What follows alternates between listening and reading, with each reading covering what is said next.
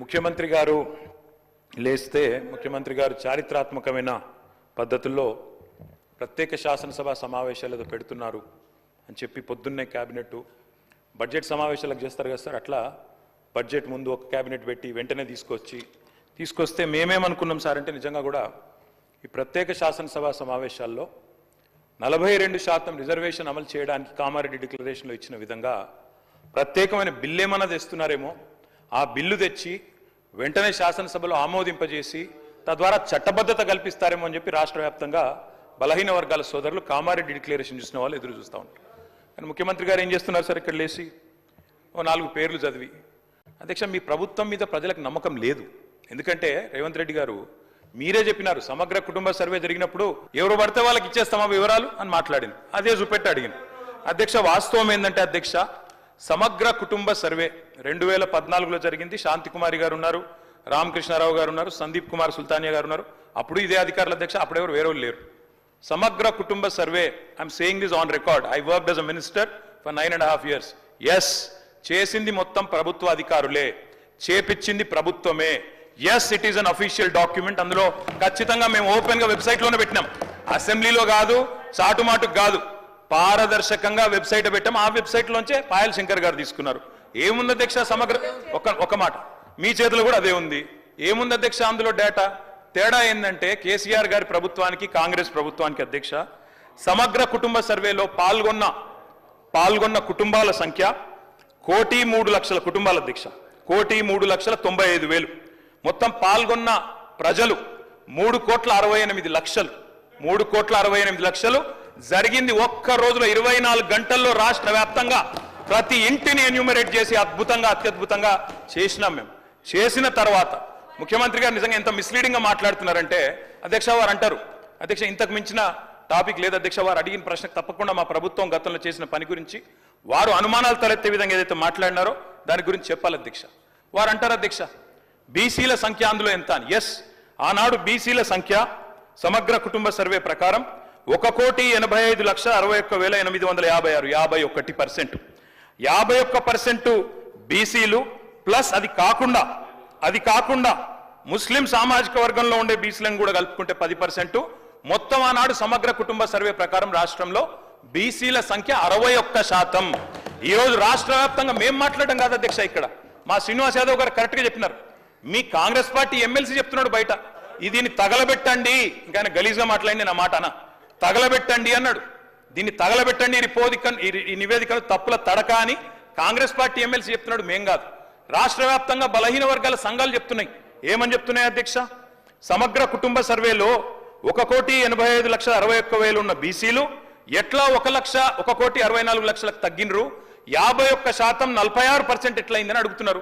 శంకరన్న కూడా అదే అడిగింది కదా అధ్యక్ష, తప్పేం అడిగిండు? ఇక్కడ శంకరన్న ఒక్కడే అడుగుతున్నాడు అధ్యక్ష, బయట మీ కాంగ్రెస్ పార్టీ ఎమ్మెల్సీ మాట్లాడుతున్నాడు, మీరిచ్చిన స్టేట్మెంట్ను మీరిచ్చిన నివేదికను తగలబెట్టమని చెప్పిండు అధ్యక్ష, మామూలు కాదు. ఇంకొక మాట అధ్యక్ష, మేము అనుకున్నాం అధ్యక్ష శాసనసభ సమావేశం ప్రత్యేకంగా పెడితే ఇవాళ ఏం చెప్పినారు మీరు కొత్తగా? మీరు చెప్పింది ఈరోజు చెప్పింది మొన్న ఉత్తమ్ కుమార్ రెడ్డి బయట ప్రెస్లే చెప్పిండ్రు. ఆయన ఉత్తమ్ కుమార్ రెడ్డి గారు సబ్ కమిటీ చైర్మన్ గా ప్రెస్ మీట్లో ఇవాళ మీరు చెప్పిన లెక్కలని మొన్ననే చెప్పిండ్రు. ఎందుకు పెట్టిండ్రు మీరు ఇవాళ? మేమేమనుకున్నాం 42% రిజర్వేషన్ ఇవ్వడానికి చట్టబద్ధత కల్పిస్తూ బిల్లు తెస్తారనుకున్నాం. లేదా మీరు చెప్పినట్టు 56% బీసీలుంటే ఆ 56% బీసీలకు బీసీ సప్లాన్ చేస్తారేమో అనుకున్నాం. ఏమీ లేకుండా ఇలా వచ్చి ఒక స్టేట్మెంట్ ఇక్కడ పెట్టి ఏదో సాధించిన చరిత్ర అంటే అధ్యక్ష 5% బీసీ జనాభా. అధ్యక్ష గౌరవ సభ్యులు 9:30 ఏళ్ళు విన్నారే ఒక్కరు సార్, అరే వినగాదన్నా వినగా చెప్తున్నా బ్రో.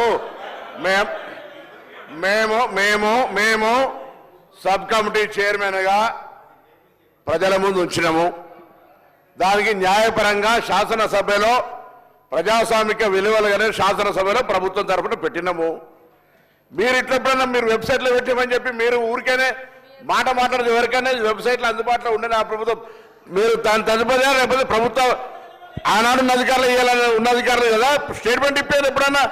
ఎప్పుడైనా ఎస్కేఎస్ సర్వే పబ్లిక్ డొమైన్ లా చట్టబద్ధత కలిగి ఉండేలా దాని గురించి మాట్లాడేటువంటి సందర్భం అవసరం లేదా? 2011 జనగణన ఆనాడు బీసీలది లేదు, బీసీలకు సంబంధించిన జనగణన చేయాలని అందరి ఆలోచన జరిగింది. దానికి సంబంధించి సర్వేలు సహకరించకుండా దీని గురించి మాట్లాడితే దానికైతే అర్థమే లేదు. నేనేమంటున్నా, ఎవరైనా ఒకవేళ ఆయన వారి గౌరవ ముఖ్యమంత్రి ఆనాడు అభిప్రాయం చెప్పుంటే మీరు ఇలా కూడా అదే అభిప్రాయంతో ఉన్నారో చెప్పండి. ఇలా జరుగుతున్న కార్యక్రమానికి మీరేం మాట్లాడదలుచుకున్నారు? బలహీన వర్గాలకు సంబంధించి మీరు ఎస్కే సర్వే చేసిన అన్నారు, ఏం మార్పులు తెచ్చినారు, ఏం స్కీమ్స్ తీసుకొచ్చినారు, ఎవరికి బలహీన వర్గాలకు న్యాయం జరిగే కార్యక్రమం తీసుకున్నారు మీరు. ఇలా మేము కమిటీ చైర్మన్ ఉత్తమ్ కుమార్ రెడ్డి గారి గురించి బహిరంగంగా ప్రజల ముందు ఇచ్చినాం. ఇవాళ సభలో వస్తా ఉన్నాం. 42% రిజర్వేషన్ల కొరకు చట్టబద్ధత తీసుకొచ్చి కొట్లాడదాం. బరాబర్ మేము పారిపోతూ ఉండలేం. 42% పార్టీ పరంగా అడుగుతా ఉన్నాం. ఇక్కడ కూడా న్యాయబద్ధంగా చట్టబద్ధంగా పెట్టాలనే ఆలోచనతోనే ఉన్నాం కదా. ఇలా మేము వెనక పోదలేం కదా. మార్గదర్శకత రోడ్ మ్యాప్ ఇవ్వని అడుగుతుంటే రాజకీయం చేయడానికి ఉపయోగించుకుంటే వెళ్ళాము. ఎట్లీస్ట్ బీసీల ఇష్యూ కట్టినప్పటికీ రాజకీయం పక్కన పెట్టి చారిత్రాత్మకంగా వచ్చినటువంటి సర్వే మార్గదర్శకత్వాన్ని చూపెట్టండి. బలహీన వర్గాలకు రోడ్ మ్యాప్ ఇచ్చే విధంగా రాజకీయ పార్టీలు వ్యవహారం చేయాలని ఆకాంక్షిస్తాం. అధ్యక్ష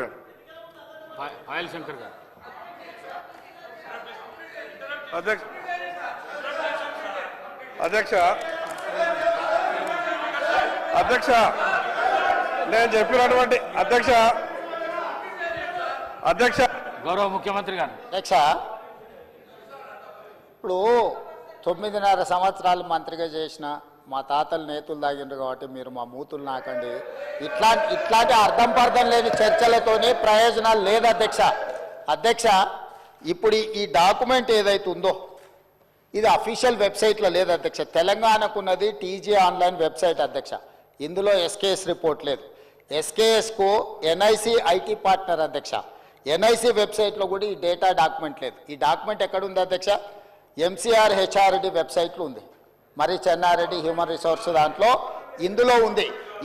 ఈ వివరాలు ఎవరు తయారు చేసిండ్రు, ఎవరు అందులో పెట్టిండ్రు, ఎవరు ఓనర్షిప్ క్లెయిమ్ చేయలేదు అధ్యక్ష. Point number 1. పాయింట్ నెంబర్ 2 అధ్యక్ష, ఈరోజు అధ్యక్ష ఆ రోజు 12 గంటలలో మేము చేసినాం అన్నారు కదా. ఆ రోజు ఎవరెవరిని ఎంగేజ్ చేసిండ్రో అడుగు అధ్యక్ష. దారిన పోయే దానే నుంచి ఎవడు వస్తుండో, ఎవడు పోతుండో, ఎవరికి ఏ బాధ్యత ఉందో, ఎవరు చేసిండో వాళ్ళ వివరాలు వీళ్ళ దగ్గర ఉన్నాయి అధ్యక్ష. ఇండ్లలోకి వచ్చి అడిగినోడు ఉదయం 7 గంటల నుంచి సాయంత్రం 7 గంటల వరకు 12 గంటల్లో ఇన్ని కోట్ల మందిని మేము చేసినామని వాళ్ళు చేస్తున్నామని చెప్పడానికి నటించి చేసిరు. ఇవాళ మేము పకడ్బందీగా చేస్తే ప్రధాన ప్రతిపక్ష నాయకుడిగా ఆయన 9.5 సంవత్సరాలు మంత్రిగా చేసిన ఈయన ప్రభుత్వం మీద నమ్మకం లేదంటే ఇదే ప్రభుత్వం ఈ సభను ఏర్పాటు చేసింది, ఇదే ప్రభుత్వం ఈ సభలో డాక్యుమెంట్ పెట్టింది. ఎందుకు చర్చలో పాల్గొంటుంది అధ్యక్ష? అసలు అర్హత ఉందా? అసలు ఈ చర్చలో పాల్గొనే అర్హత ఉందా అధ్యక్ష? ప్రభుత్వం మీద నమ్మకం లేదని ప్రధాన ప్రతిపక్ష నాయకుడు ప్రభుత్వం మీద ప్రజాస్వామ్యం మీద నమ్మకం లేదని సభలకు రాకపోను వచ్చిన ఆయన బర్తెగించి మాట్లాడుతుంటే నేను ఒక్కటే మాట చెప్పదలుచుకున్నాను అధ్యక్ష. దయచేసి తమరికి విజ్ఞప్తి చేస్తున్నా, ఈ సర్వేలో పాల్గొన్న వాళ్ళను మీరు శిక్షించాలి. ఆ శిక్ష మొట్టమొదట ఈ సర్వేలో పాల్గొన్న వాళ్ళకు మీరు మైక్ ఇవ్వద్దు అధ్యక్ష. సర్వేలో పాల్గొంటేనే మైక్ ఇవ్వండి దయచేసి. ఎవరైతే ఈ సర్వేలో పాల్గొనలేదో, ఈ సభలో మాట్లాడే అర్హత లేదు, వాళ్ళకు దయచేసి తమరు మైక్ ఇవ్వొద్దని అందరు సభ్యుల తరఫున నేను మీకు విజ్ఞప్తి చేస్తున్నా అధ్యక్ష.